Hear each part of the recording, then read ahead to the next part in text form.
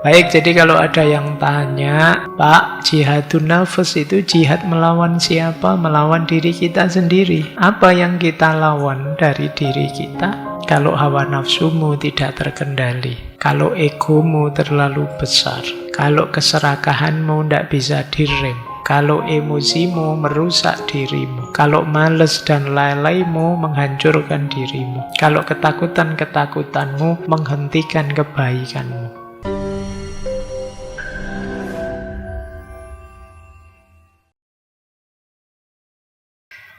Oke, baik. Ayo kita mulai berjihad malam hari ini.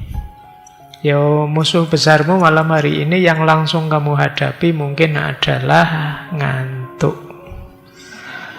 Silahkan kamu lawan sendiri dengan strategimu. Bagian dari jihadun nafas. Oke, kita mulai. Ini pintu gerbangnya yang menyadarkan kita tentang jihadun nafas. Jadi, musuh terberat bukanlah yang berdiri di hadapanmu, tetapi yang berbisik lembut dari dalam dirimu. Jadi, musuh kita yang sulit ditaklukkan itu dari dalam diri kita sendiri. Kadang-kadang orang menyebutnya ego kita sendiri. Nanti akan jelas kalimat ini. 2 jam ke depan kita sebenarnya menjelaskan kalimat ini. Bagaimana musuh terberat itu, yang itu tidak di luar diri, tetapi di dalam diri kita. Yuk, bismillah. Kita masuk ke sini dulu. Sejak tadi terberat-terberat. Kenapa sih kok ini disebut terberat? Apa tidak lebih berat perang melawan Amerika misalnya? Apa perang melawan Israel gitu? Kok yang ini? Ya, ada alasannya. Kenapa sih melawan diri kita itu terberat? Kan ada itu satu riwayat yang disebut hadis, meskipun banyak yang menyebutnya lemah.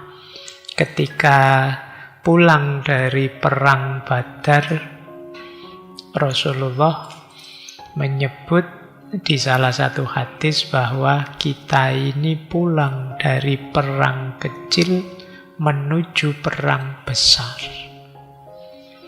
Jadi jihad asghar sudah terlewatkan, menuju perang yang jauh lebih besar. Padahal saat itu yang disebut perang kecil itu ya sekitar 300-an orang melawan ribuan orang. Menang, itu bisa dibayangkan capek, lelah, dan korbannya. Itu pun oleh Rasulullah disebut perang atau jihad kecil saja. Setelah itu akan ada jihad yang lebih akbar, yaitu perang melawan diri kita sendiri. Kenapa disebut paling berat? Yang pertama, karena musuhnya tidak kelihatan. Kalau musuh di luar diri gampang kelihatan. Tapi musuhnya tidak kelihatan, bahkan ternyata musuhnya itu menyamar jadi diri kita sendiri. Suara-suara dari dalam itu kan rasanya diri kita sendiri. Misalnya kita marah.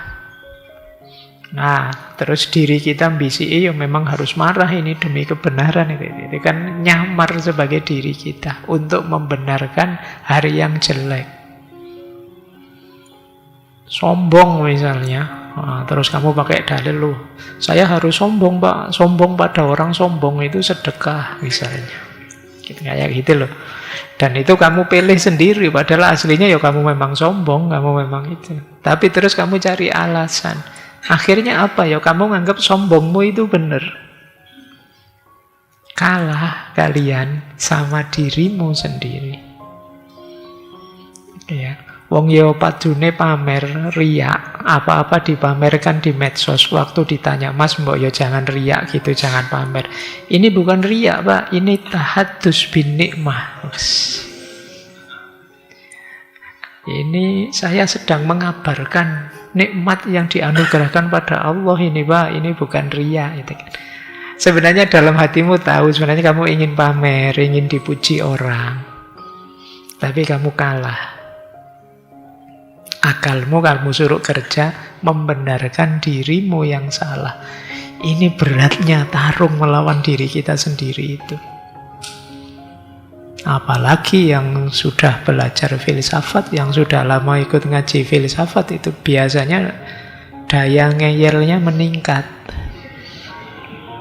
Jadi sekian derajat wis ngeyel, kamu merasa wis ngerti filsafat, terus jawab terus. Nanti kalau sudah kepepet mentok, biasanya senjata terakhirnya, kita kan manusia, Pak, bukan malaikat. Nanti gitu mesti. Jadi itu beratnya melawan dirimu. Musuhnya dirimu sendiri. Dia nyamar jadi dirimu. Dan setiap orang tentu saja merasa, aku itu benar, aku itu baik. Aku kalau ada jeleknya ya terpaksa, ada alasannya. Nah, itu hampir kita semua begitu. Tidak ada orang itu yang secara sadar menganggap aku itu jelek, itu juara. Kita itu pasti hampir semua kita merasa aku baik, aku benar. Kalau aku ada jeleknya, ada kelirunya, ya itu manusiawi saja. Atau gayaku memang begini, itu kita sudah. Jadi yang pertama itu, kenapa disebut perang yang paling berat?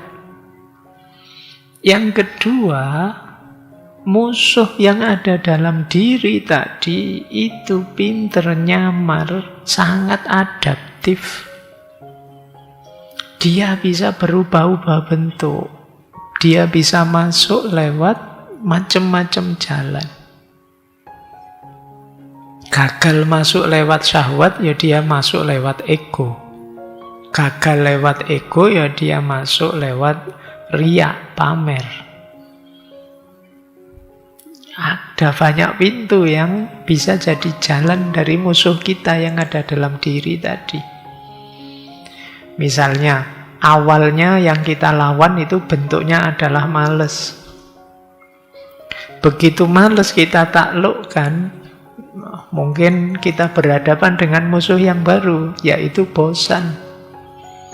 Bosan kita taklukkan, kita berhadapan dengan musuh yang baru, yaitu pamrih selain Allah. Pamrih kita taklukkan, kita gemilang sudah lillahi ta'ala. Muncul musuh baru, rasa bangga, ujub, sombong. Jadi levelingnya banyak. Musuh kita itu adaptif. Mau ngaji, tantangan pertama, males nanti di YouTube-nya juga ada toh. Ngapain capek-capek, di rumah sambil berbaring bisa, ya, tantangan pertama. Tapi terus kamu menang, berangkatlah, mau ngaji itu baik kok, terus kamu berangkat. Tantangan kedua biasanya apa? Istiqomah. Sekarang berangkat, alah bosan ternyata, besok mau berangkat paling gitu lagi ngajinya, bosan. Itu tantangan kedua biasanya istiqomahnya. Kalau tantangan kedua sudah kita menangkan, biasanya pamrihnya muncul. Semoga nanti saya dapat ini, dapat itu, untuk ini, untuk itu, yang selain Allah. Namanya sudah tidak ikhlas lagi. Kalau ini kita loloskan biasanya sampai ke titik ikhlas, kan luar biasa itu orang bisa ikhlas itu. Tapi terus masuk godaan lewat jalur yang berbeda. Dari dalam muncul suara, kamu luar biasa, keren. Tidak banyak orang bisa nyampe level ikhlas, kamu sampai di level ikhlas. Kita merasa besar. Jadi musuh dalam diri kita itu ganti-ganti. Dan itu yang berat. Jadi kalau musuh di luar diri kelihatan, begitu kita taklukkan selesai. Tapi musuh di dalam diri dia berubah-ubah terus, ganti-ganti terus. Yang ketiga, pertempuran melawan diri kita itu tidak pernah selesai. Hari ini Pak, saya berhasil menaklukkan marah. Apa terus besok tidak mungkin marah lagi? Tidak, besok masih bisa marah lagi. Harus perang lagi.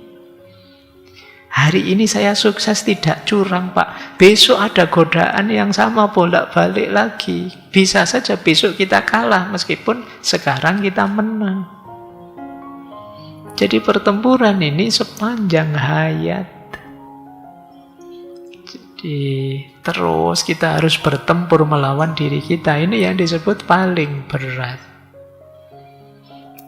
Mungkin kadang sekali-sekali kita, selama ini Pak saya sudah melawan rasa amarah ini terus-menerus dan sukses. Sekali-sekali bolehlah Pak marah ya. Kita capek pada akhirnya. Kenapa? Karena harus terus-menerus. Itu yang disebut berat. Dan yang terakhir, perang ini kalau menang malah hening. Tidak ada sertifikatnya. Iya, tidak ada pesta-pestanya syukuran. Apa ada kalian diundang?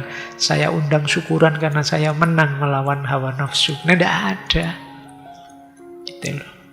Mari kita rayakan kemenangan kita. Jadi tidak menang akhirnya. Kalah lagi. Karena sombong, karena ingin pamer.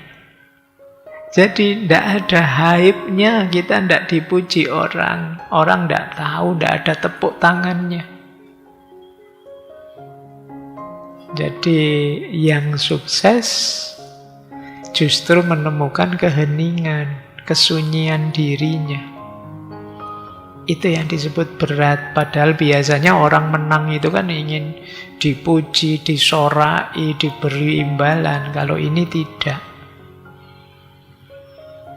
Jadi secara materi jadi tidak terlalu menarik pertempuran melawan hawa nafsu ini, tapi penting. Ya, dan jangan minta imbalan apa-apa, tidak ada imbalannya selain ketenangan, ketentraman jiwamu. Oke, jadi rupiah juga tidak akan turun meskipun kamu menang melawan nafsumu, melawan dirimu. Cuma sekarang kamu lebih tenang, lebih bisa menikmati hidupmu, lebih bisa bersyukur. Baik, itu ya kalau ada yang tanya, kenapa sih kok disebut perang yang paling berat? Alasannya 4 itu.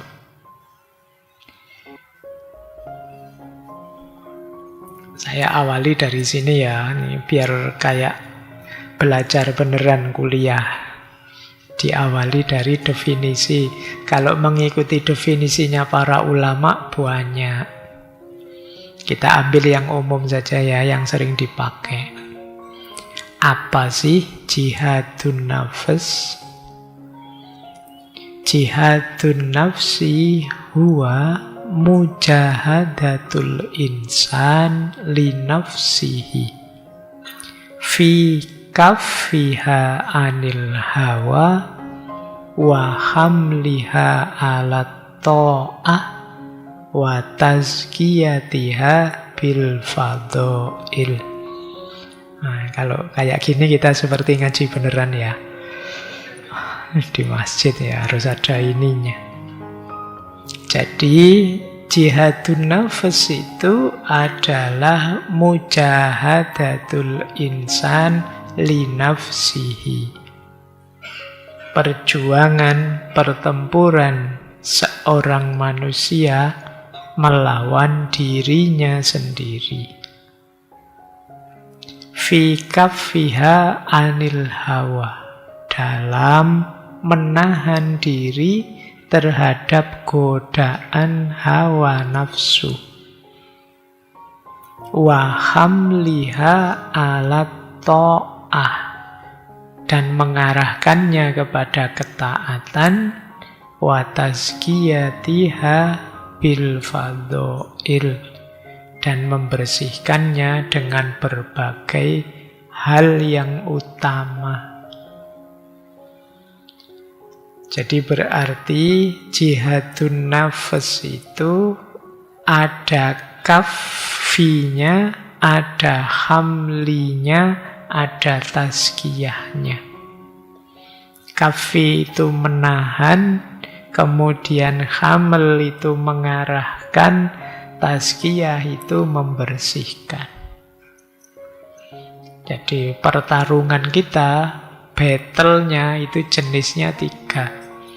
Menahan diri, mengarahkan diri, dan membersihkan diri. Itulah 3 mode pertarungan kita. Baik, kita lanjutkan ya. Saya tidak tahu ada yang nulis ini. Jangan nanti lama bahasa Arab.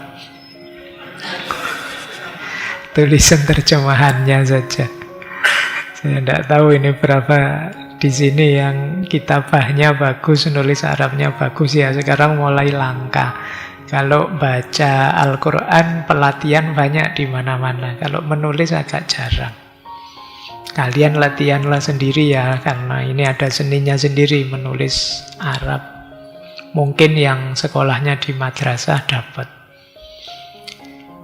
Karena kalau tidak pengalaman, nulis 2 baris begitu, itu bisa setengah jam. Jadi karena pelan-pelan, itu kadang menceng-menceng gitu ya. Yuk, saya lanjutkan. Jadi definisinya ini ya, nanti kita terus sampai ciri-ciri dan seterusnya. Tujuannya apa? Kenapa sih kita harus mengalahkan diri, memerangi diri kita? Tujuannya 3 ini loh. Al-qalbu yuwajjih, wal aqlu yudabbir, wan nafsu tandobit. Al-qalbu yuwajjihu, wal aqlu yudabbiru, wan nafsu tandobitu. Hati mengarahkan, akal yang mengatur, nafsunya terkendali. Sebenarnya itu akan menarik kalau ditambah 1 lagi di depan, yaitu ruh. Apa yang dilakukan ruh? Ar-ruhu yunawwiru. Roh itu kan pancaran dari cahaya ilahi. Yunawwiru, memberi cahaya. Yang cahaya itu ditangkap oleh hati, sehingga hatinya terang. Hati yang terang itulah nanti yang yuwajjihu. Jadi ar-ruhu yunawwiru, al-qalbu yuwajjihu. Rohnya bercahaya, cahaya itu jatuh pada hati sehingga hatinya terang, kemudian hati itu mengarahkan. Sekarang arahnya jelas. Arah jelas itu misalnya ke Surabaya atau ke Jogja, itu arah jelas itu nanti berhubungan dengan orientasi diri. Hidup ini mau kita bawa kemana? Nah, itu diawali dari jernihnya hati. Setelah itu al-aqlu yudabbiru. Akal kita ngatur. Caranya begini loh. Yang kita lakukan ini loh. Dia panglima yang hebat, kata Imam Ghazali. Maka biarkan dia jadi mudabbir, yang memahami, mikir, mencari jalan, merumuskan strategi dan lain sebagainya. Setelah itu dijalankan, hati-hati dengan nafsu. Nafsu dikendalikan biar tidak mengganggu perjalanan. Wan nafsu tandobitu. Jadi perjuangan jihadun nafs itu titik finalnya di sini.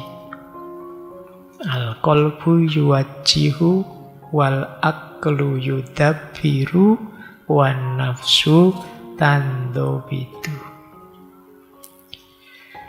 Baik, yang Arab-Arab sudah ya. Kita pakai bahasa Indonesia dulu.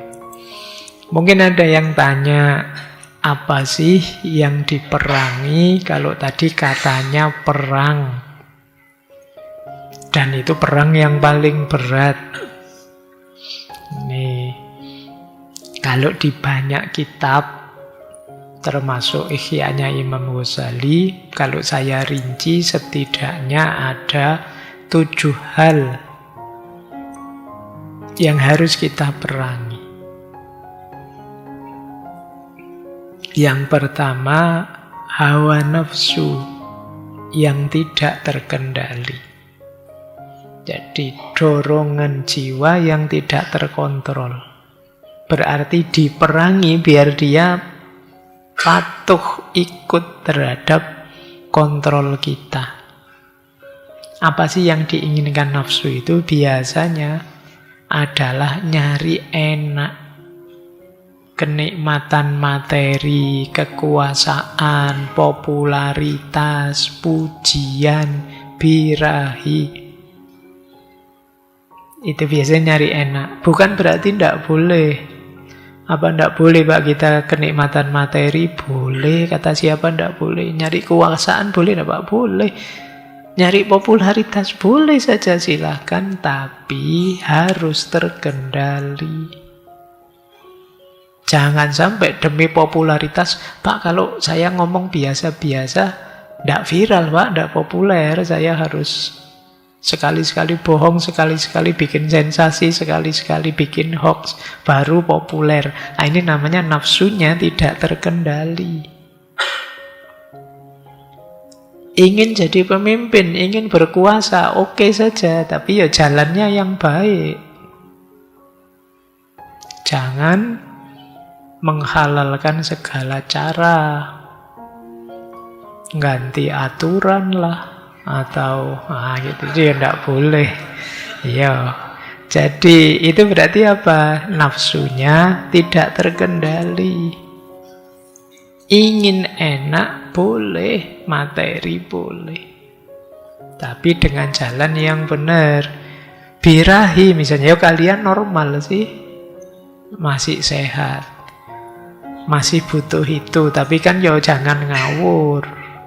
Karena kalau kamu ngawur, tidak jadi nikmat.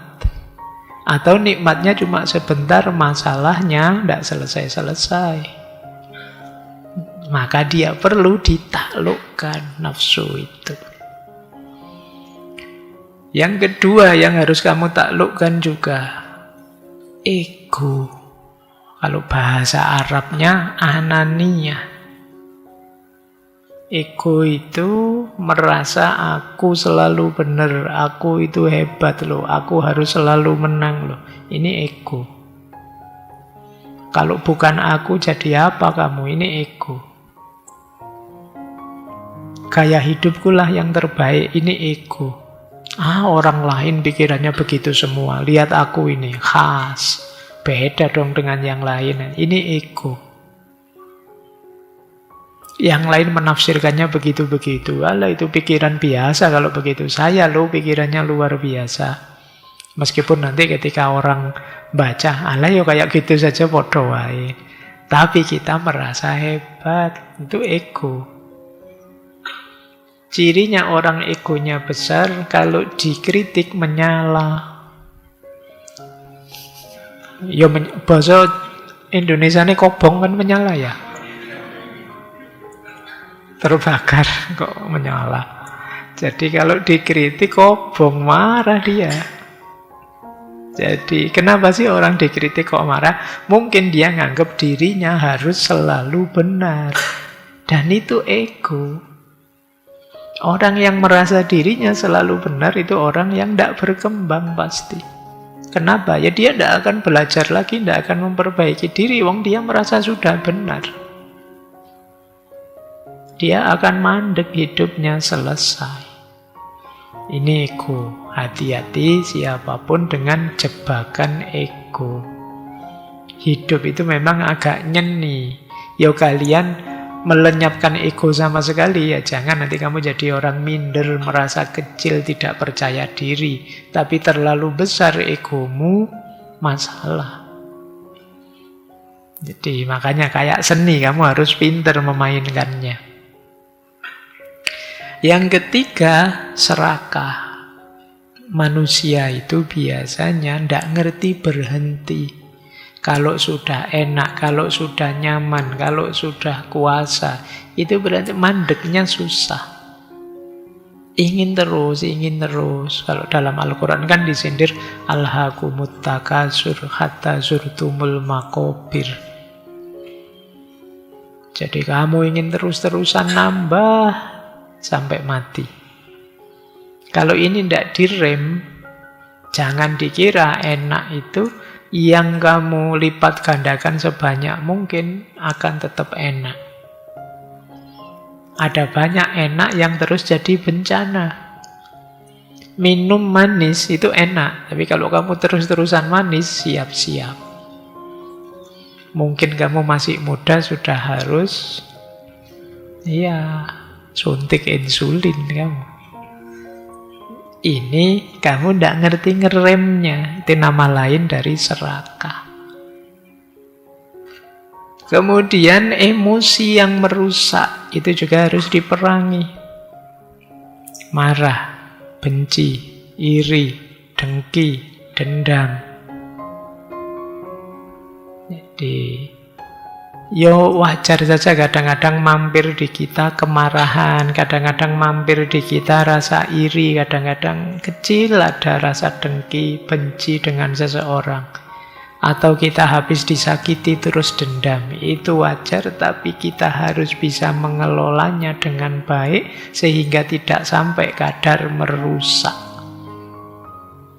Marah wajar sih, kita kadang kalau diusilin orang marah kita. Tapi kan pastikan kita tetap terkendali. Makanya ada, dulu kita pernah ngaji kecerdasan emosional. Kecerdasan emosi itu bukan kok orang terus tidak pernah marah. Tapi orang kalau marah bisa mengelolanya dengan baik. Kalau takut bisa juga mengelolanya dengan baik. Wajar orang punya rasa takut. Manusiawi, karena hidup ini kan banyak bahaya-bahayanya yang bisa menjebak kita. Sekedar minum kayak gini baru panas terus saya minumnya kan tidak berani surut cepet, pelan-pelan gitu biar tidak kosong.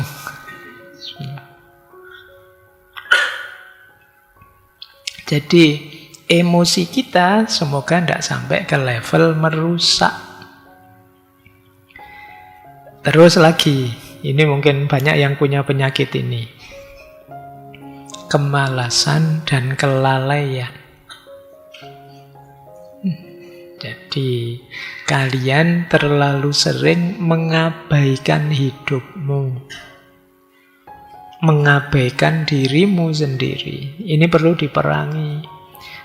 Setiap kalian itu istimewa, kalian sesuatu. Tapi kalau kalian malas, kalau kalian lalai, yang harusnya kalian sesuatu jadinya bukan apa-apa. Jadi keistimewaanmu tidak muncul. Kalau ditanya orang, jawabnya biasanya pakai sebenarnya. Sebenarnya saya itu rajin kok, Pak. Sebenarnya saya itu pinter kok, Pak. Sebenarnya saya itu tekun kok, Pak. Ada sebenarnya itu biasanya yang faktanya kebalikannya.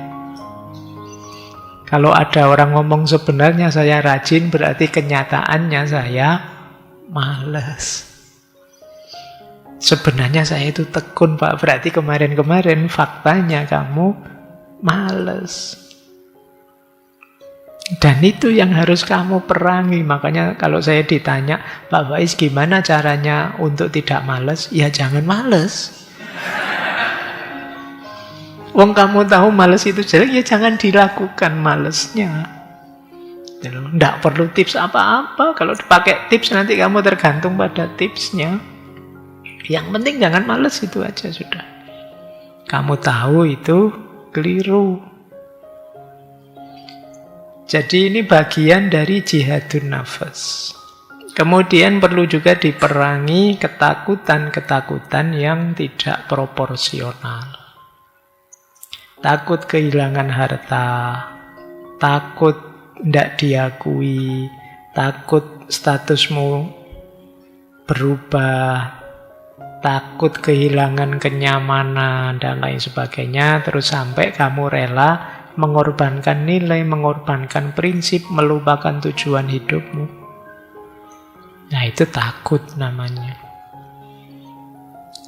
Ya, contoh ketakutan yang saya sering temui kalau di kampus, di kelas, itu biasanya banyak mahasiswa yang datang pertama duduknya di belakang.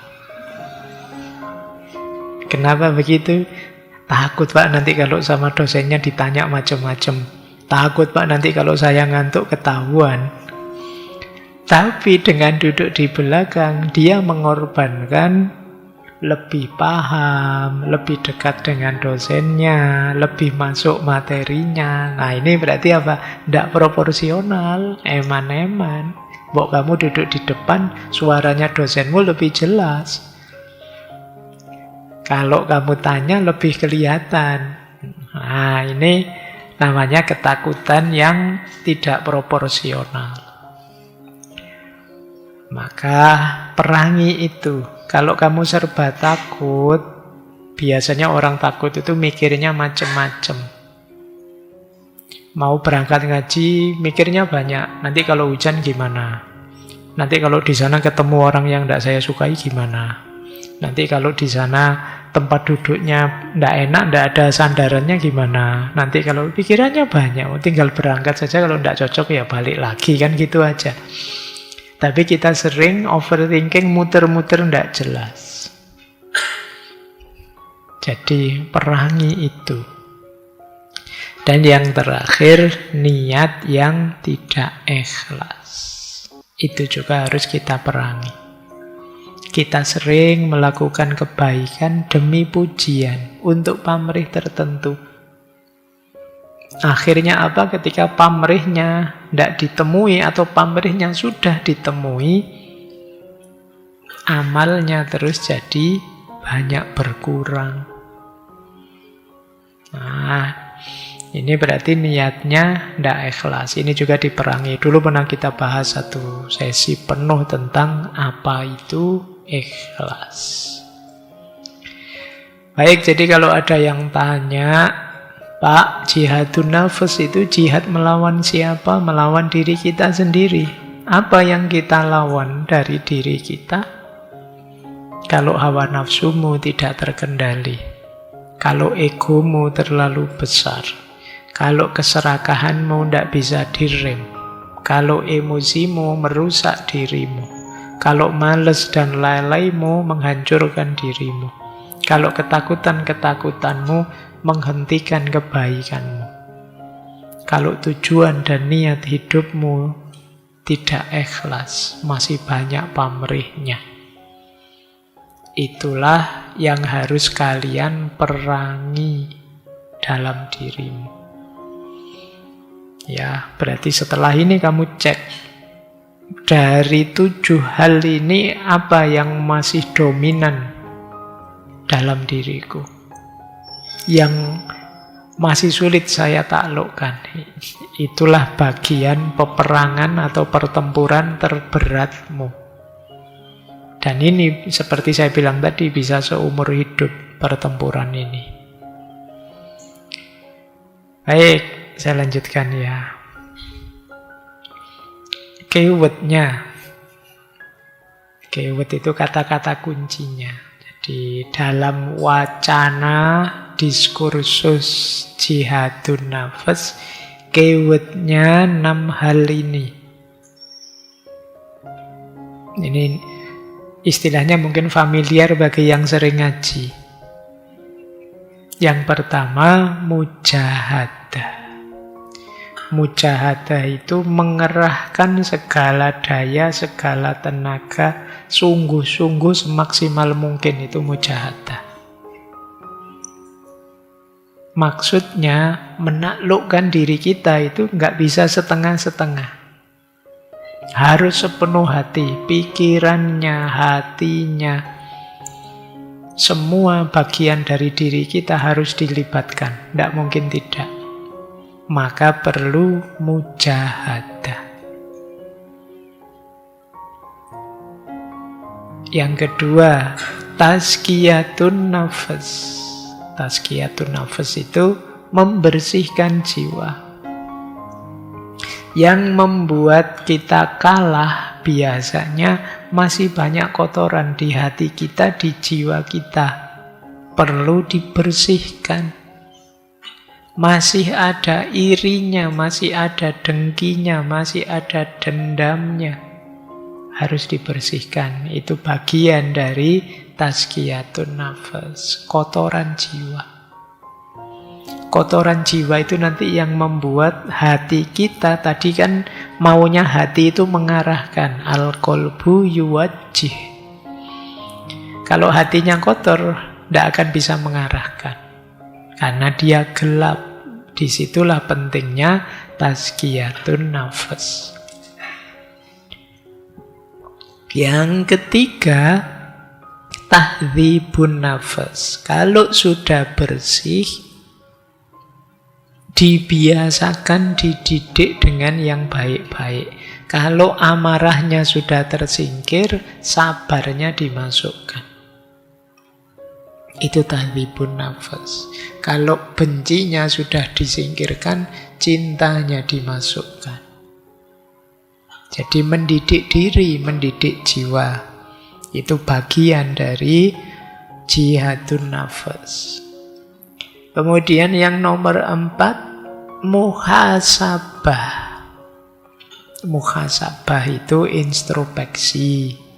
Mana yang masih harus dibereskan. Ternyata masih kotor, saya anggap sudah bersih. Nah, itu ketahuan setelah muhasabah. Saya anggap saya itu sudah ikhlas itu. Ternyata tidak. Buktinya kalau sangunya kecil, saya males misalnya. Nah, itu hasil muhasabah. Nah, terus muraqabah. Muraqabah itu rasa bahwa saya selalu dilihat oleh Allah. Itu muraqabah.